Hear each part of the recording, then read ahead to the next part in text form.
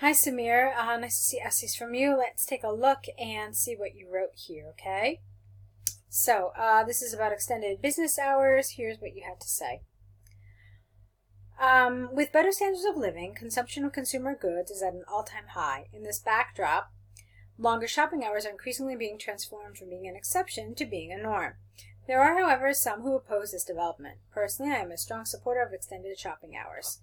This essay will discuss contrasting viewpoints using studies from Amazon and Singapore government to prove the argument that flexible shopping hours is a positive development. Okay, so far so good. It's a little long, okay, and the reason I say that is because look at the length of this compared to the first body paragraph. So it's either as long or even a little shorter, or rather even a little longer. I'm not really sure. Look about the same length.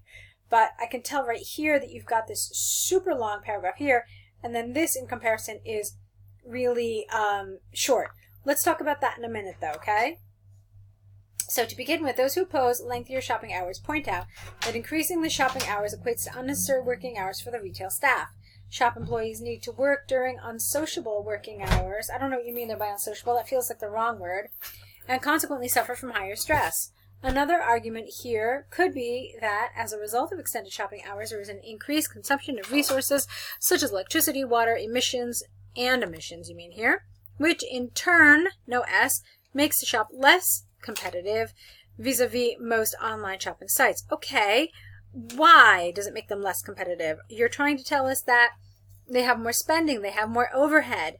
So yes to your idea, but make sure you extend it appropriately, okay? The primary argument in support of longer shopping hours is that it results in a rise of revenue, singular. This is largely because most households nowadays consist of working couples who can only shop, too many commas by the way, of working couples, no comma, who can only shop after work. Furthermore, tourists are likely to spend more money in a country which offers higher flexibility in shopping hours, no comma again, due to limited availability of time to tourists. A study by Capital Ministry of Capital Finance Singapore, no comma, indicates a rise in shopping by 50% subsequent to extension in shopping hours about a decade ago. Again, no comma, too many commas. Commas act as a like a speed bump here, okay? So all it does is it makes the eye kind of pause, and it pauses in the wrong places. Let's move on. Secondarily, no, not secondarily. You could have just said secondly, but in order for you to say secondly, you also have to say firstly. So furthermore would, oh, you had furthermore. How about moreover? How about additionally? That would have been good. Additionally, shops are faced with increased competition from online shopping sites such as Amazon and Alibaba, which offer a 24/7 shopping experience. Statistics from a research, no A, by Amazon indicate that their online sales are 200% greater in New Zealand as compared to Hong Kong, presumably due to New Zealand's ultra-short shopping hours.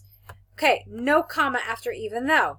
Even though it seems to be quite difficult to compete with the time flexibility of such websites, local shops may be able to offset some of this advantage through use of longer shopping hours. Okay, that's nice. To conclude, it is conclusively clear from the above-mentioned arguments that the advantages of extended working hours far outweigh its disadvantages since they bring about greater growth and consequently employment to the local industry. Therefore, it is predicted that this business practice of keeping shops open until late evening will become increasingly popular throughout the developing world. All right, lovely. So yes to this paragraph. Good, nicely done. Very long. All right, I'm sure you know that. It was about 400 words or so. Let's just double check. Yep, 386. Okay, so it was really rather long. What I'm concerned about is your paragraphing, all right? So as I said to you in the beginning, your introduction seemed kind of long, and comparatively, your body paragraph 1 was really, really short. In fact, so this is one thing I don't want to say. If I had to kind of give you like a guideline, I would say maybe 4 lines here, maybe 4 lines here, and then take those lines that are left over and kind of somehow, you know, condense them into this. So the point I'm trying to make to you is that you really want to focus on developing your body paragraphs and not so much your introductory and conclusion paragraphs. Those have a specific role to fill. They are kind of a first impression, but you don't want to spend a ton of time developing those paragraphs because, like I said, the role that they play is really rather limited. What you really want to do is somehow rephrase the task, okay, and then give your position to whatever the question is. And then you just want to get out of there and move on. It's really much more in your best interest to develop these paragraphs. Now, one of the reasons why I'm so firm about this particular difference here and that this is like twice the size of this is that if you look at the band descriptors for task 2 under task achievement, under band 6, it says that one side is more developed than another. Okay, take a look at the band descriptor so you can see what I'm talking about. That's exactly what happened here. So you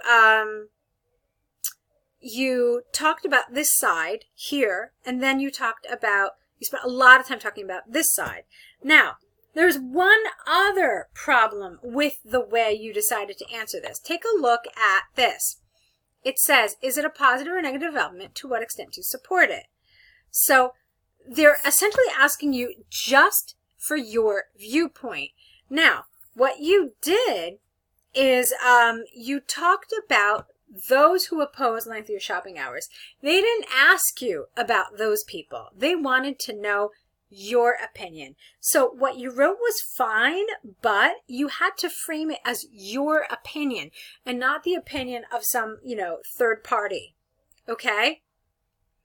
So you could, it's really, you can do this. It's called a concession paragraph, and it's okay, but you have to be able to kind of deal with it the right way. So what you could have said here is, to begin with, it is true that lengthier shopping hours equate unnecessary working hours for the retail staff.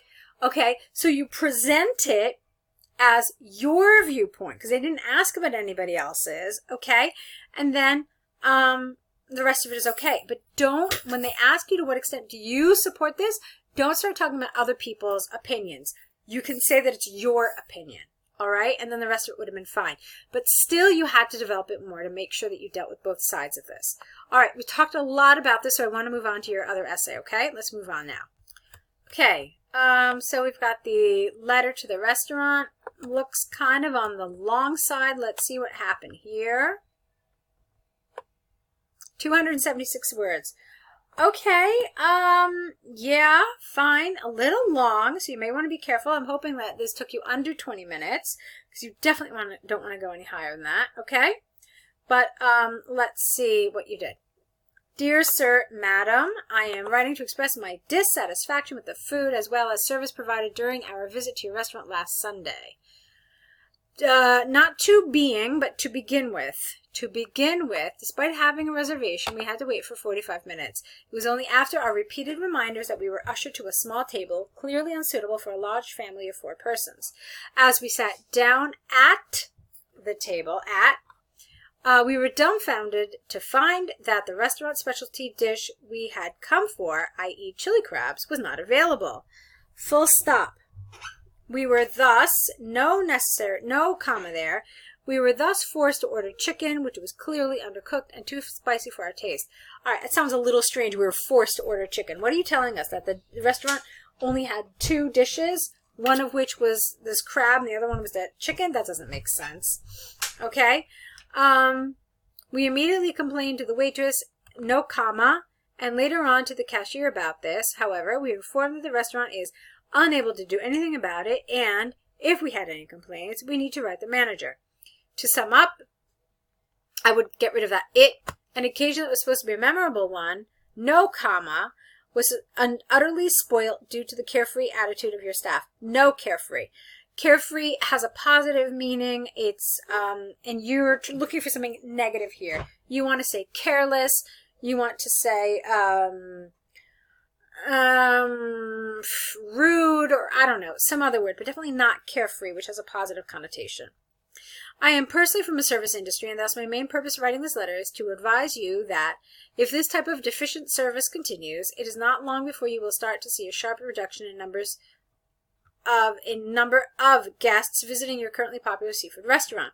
Thus, I would like to advise you to schedule a customer service training for your staff. Finally, needless to say, I feel extreme disappointment at this horrible experience. Therefore, I suggest that I be given a full and immediate refund. Please find the food bill and my bank details attached. Full stop here. Don't forget a comma after comma after faithfully. All right, this is okay. It was a little long. We knew that, though, going into it. What did I say it was? I said it was like, 276 words. You didn't need to go into all of this. Too many commas. Just too many. You're going to really have to watch it with the commas. They just act as speed bumps, and they really don't help your writing at all. And like I said, it was just, some of it did feel a little too much, okay? Let's see. Okay, other than that, it was fine. I know your exam is coming up. I think you're taking it this weekend, so I want to wish you lots of luck. Do you have any more essays from us? I believe you do. So let's see some more from them. Let's see some more of them, rather. And I hope you take some of the feedback into consideration and try to apply it in your next set. All right, I'll be waiting to see your next essays. Good luck.